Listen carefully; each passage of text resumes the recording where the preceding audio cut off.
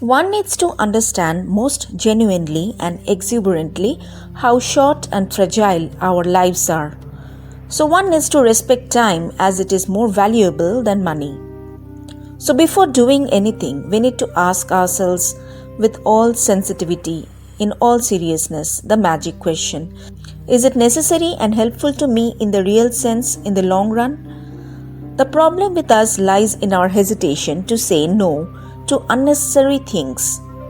Waves after waves of absolutely unnecessary wishes are generated inside us, and we are driven by them by pure consequentialities, which only leads to more attachment, more suffering, more pain, and more misery.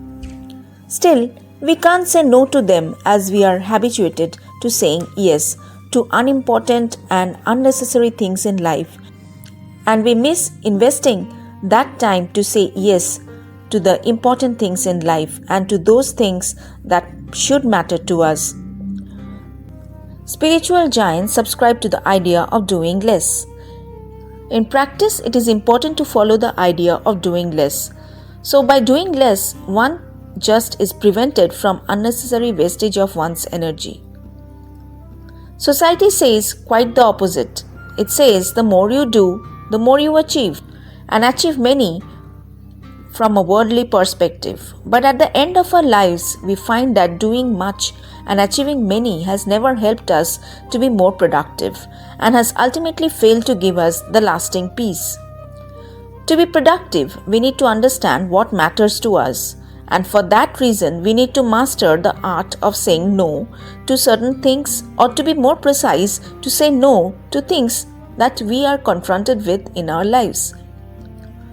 The reason we say yes to most of these important things in life springs mostly from our fear and greed. Suppose one of our close ones or any friend suggests doing something. It is this fear of missing out, letting down, or losing our close one that we abide by their suggestions. Therefore, instead of standing tall and saying no, we succumb to their pressure as the close one seems to be valuable to us.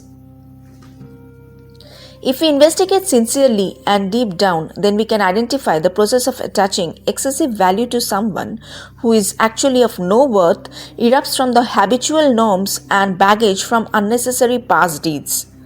The most pertinent question that arises now is what should be valuable to us, and this question varies from person to person. That is where the actual spiritual mettle of the individual comes into play. The more spiritually wise one is, the more one will be able to appreciate what should be true value to us. Therefore, we should channel ourselves into doing the most valuable work, which is to remember the ever-conscious cosmic void from where all creations emerge. Only by remembering Him, we can set on the right path to appreciate and filter what should be most valued and what is not.